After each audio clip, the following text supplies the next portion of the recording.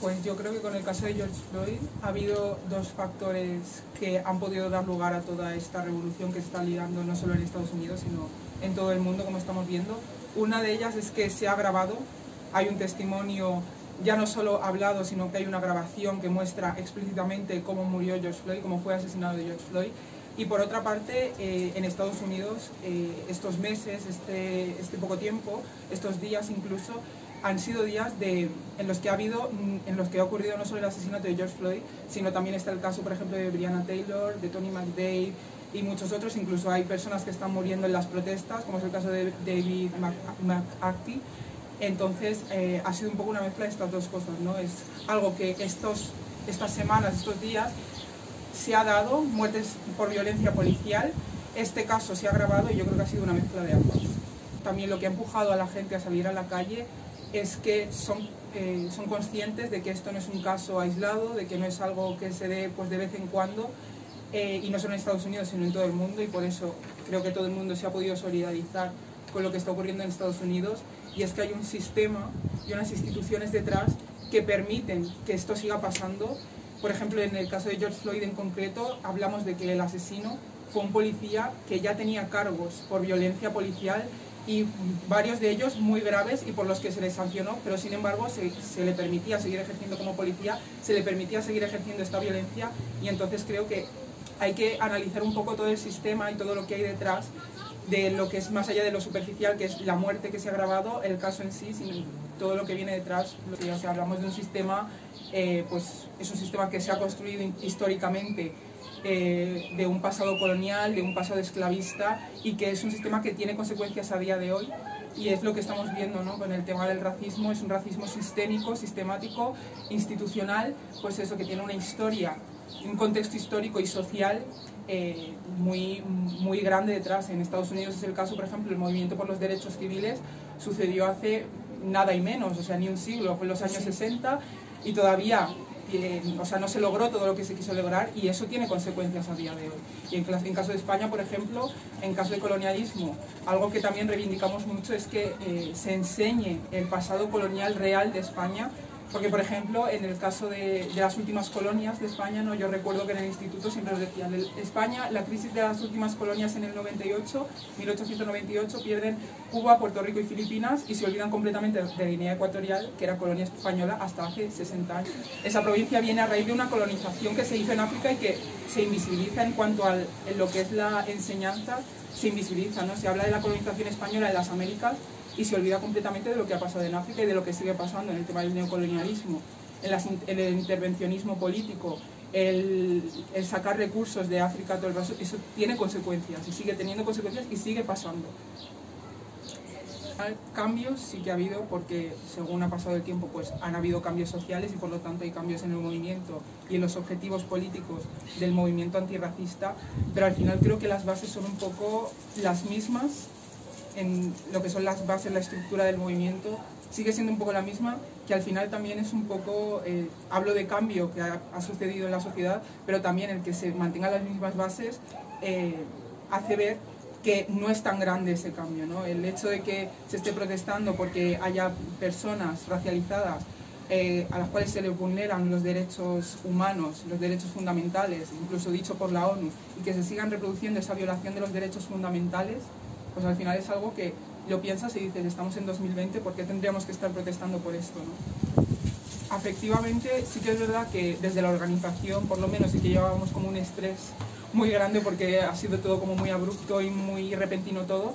pero el ir a la manifestación, la concentración, como quieras llamarlo, y ver a tanta gente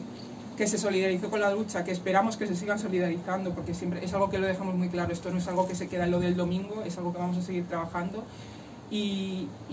Yo personalmente es la mayor manifestación antirracista a la que he acudido. Había, bueno, según la delegación del gobierno, 3.000 personas, yo calculé incluso más, y sí que es verdad que preveíamos que iba a venir mucha gente, más que nada por todo el contexto social que estamos viviendo. Es normal que la gente tenga ganas de moverse y de hacer algo y que se esté concienciando al respecto, pero ver a tantísima gente, más de la que me esperaba, fue por un lado reconfortante, ¿no? Ver que había tanta gente que se estaba empezando a concienciar y que estaba empezando a abrir los ojos, y no solo con respecto a Estados Unidos, porque al final lo de Estados Unidos es algo que casi todo el mundo tiene más o menos claro, ¿no?, que en Estados Unidos hay un racismo muy potente que se manifiesta continuamente, sino el hecho de que la gente empieza a concienciarse de que en España también hay racismo y que las personas racializadas también sufrimos un racismo que tampoco se limita a casos individuales o casos aislados, pues a mí me parece muy importante. La organización, la plataforma se llama Comunidad Negra Africana y Afrodescendiente en España. Funcionamos en varios territorios de España, en Madrid, Barcelona, Murcia, Málaga, un montón. O sea, ha sido como una aglomeración de gente que se ha juntado en varias ciudades de España, que también lo veo muy importante, ¿no?, porque sí que es verdad que se ha intentado otras veces, no ha salido bien, esperamos que esta vez pueda salir adelante y salga bien. Y al final el espíritu es, pues eso, no quedarse en este caso puntual de George Floyd ni en esta concentración puntual, sino ir más allá, seguir denunciando, por ejemplo, el racismo que hay en los CIE, la de gente que muere en el mar Mediterráneo y en las fronteras, recordar a todos nuestros hermanos muertos en el Tarajal, en Lucrecia Pérez, Samba Martínez, Man Valle hace 2 años en Lavapiés, ¿no? Al final es seguir con esta lucha, y ya no solo hacia las personas afrodescendientes negras africanas, sino también hacia toda comunidad racializada, ¿no?, porque también somos conscientes de eso, de que sí que es verdad que el racismo antinegro pues viene dado tiene unas características concretas, pero también tampoco queremos negar, porque es innegable el hecho de que otras comunidades racializadas como pues los magrebíes o los gitanos también sufren racismo, y de hecho estos días estamos viendo en el caso de Ilyas Tahiri, que se murió el pasado julio, y ha salido a la luz el vídeo en el que se muestra cómo fue asesinado por 6 personas ejerciendo presión sobre su cuerpo, y esto nos recuerda también un poco al caso de George Floyd, ¿no? Vincular estos dos casos de alguna forma y también ayudar a que la gente sea consciente de que estas muertes tan violentas no son cosas de Estados Unidos, sino seguir concienciando de que aquí en España también pasa, y pasa continuamente. El racismo es algo que afecta a las personas racializadas a diario, no son casos puntuales. Y, por ejemplo, en el caso de los jornaleros, en este caso, por ejemplo, estamos viendo los de Lleida, que es algo que tienen que estar viviendo continuamente, que no son casos puntuales, que es que un día me he tenido un ataque racista, no, es algo que están viviendo continuamente desde el momento en el que, por ejemplo, ahora mismo, estado de alarma, coronavirus, no se les da acceso a la sanidad ni a una vivienda, se les obliga a trabajar sin ningún tipo de protección, están bajo condiciones de esclavitud, ¿no?, son muchísimo más vulnerables al virus, y esto son cosas que se vienen dando desde hace un montón de años aquí en España. Que es importante lo primordial es tomar conciencia y ser conscientes, lo que estoy repitiendo durante todo el vídeo, que no son casos puntuales, que es sistémico, sistemático, institucional, que se viene dando continuamente, que nos afecta a diario, y creo que es lo primero, tomar conciencia, y a partir de ahí pues abrirnos espacio en la clase política, porque también es algo que reivindicamos, que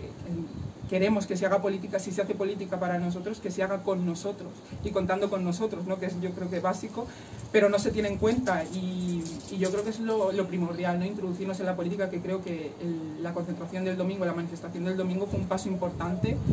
y a partir de ahí pues a ver cómo vamos. Es difícil expresarlo con palabras, la verdad, pero en el caso del racismo, por ejemplo, yo creo que es eso, que lo primordial es tomar conciencia, escucharnos a las personas que sufrimos racismo, tener en cuenta nuestra opinión,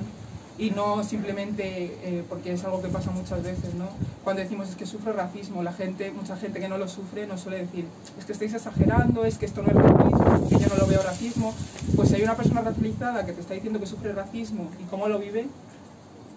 yo creo que lo mínimo es escucharle y reflexionar al respecto, tomar conciencia, y al final creo que es primordial, porque sin conciencia no vamos a ninguna parte, una lucha sin conciencia no va a ninguna parte, y al final creo que es lo más importante, empezar a tomar conciencia, empezar a tomarnos en cuenta y tenernos en cuenta ya no solo a nivel político, también social, institucional, y tener más representación, ¿no? Yo empecé en la lucha antirracista pues eso, hace 3 años activamente. Sí que es verdad que me venía formando desde bastante antes, pero activamente empecé la lucha antirracista hace 3 años, y básicamente movida no solo por las experiencias que haya podido tener yo en algún momento de mi vida, sino también porque entiendo que, aunque yo soy una persona que sí que sufre el racismo, no lo sufro igual que, por ejemplo, los temporeros de Lleida o las temporeras de Huelva, ¿no? Y eso es algo que también es importante tener en cuenta. En el movimiento antirracista siempre se recalca mucho la interseccionalidad, lo necesaria que es la interseccionalidad, en plan, tener en cuenta que sí, yo sufro racismo, pero no lo sufro de la misma forma que otras personas. Y al final, sí que es verdad que llevaba mucho tiempo formándome al respecto, informándome y tomando un poco de conciencia, pero lo que me llevó a moverme de verdad fue el empezar a ver estas realidades que son diferentes a las mías y tomar conciencia de que es necesario un cambio y que ese cambio pues no se va a lograr quedándonos en el sofá sentados y mirando la tele y viendo lo que pasa, sino saliendo a las calles, protestando de cualquier forma y pues haciéndonos ver. Yo soy una persona, obviamente, tengo la piel más clara, el grado de racismo que yo sufro no es el mismo al que sufren otras personas pues, de piel más oscura y al final eso también es algo que entra dentro de la interseccionalidad, ¿no? El saber ver pues el problema en este caso del colorismo y cómo el colorismo afecta a las personas de piel más oscura y cómo nos beneficia a las personas de piel más clara, ¿no? Yo como persona negra sí que es verdad que sufro racismo, pero lo tengo bastante más fácil a la hora de acceder, por ejemplo, a un puesto de trabajo que una persona de piel oscura, que tiene muchos más prejuicios encima, ¿no? Uno de los discursos políticos, sobre todo, que no se ven como racistas, pero que sí que lo son, es el tema de la inmigración, ¿no? Se habla mucho de, es que no somos racistas simplemente, es que no queremos inmigración ilegal. Bueno, para empezar, habría que mirar las causas que llevan a la gente a inmigrar de manera irregular o ilegal. Y por otra parte, España no es completamente blanca. En España hay negros españoles, hay gente racializada española y hay mucha gente que no lo ve, ¿no? Por ejemplo,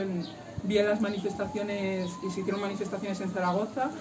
y veía como, pues en este caso, gente de Vox mencionaba los vídeos diciendo que querían la deportación y que se vayan a su país sin ser conscientes de que existen las personas negras españolas nacidas en España con nacionalidad española, ¿no? Yo creo que es esto. Las veces que empecemos a tomar conciencia, por favor, que se nos empiece a escuchar y que se nos escuche y que se nos tenga en cuenta es muy importante para lograr un cambio, ya no solo a corto plazo, sino también a largo plazo, para nuestros hijos, para nuestros nietos, para nuestros bisnietos y un larguísimo etcétera.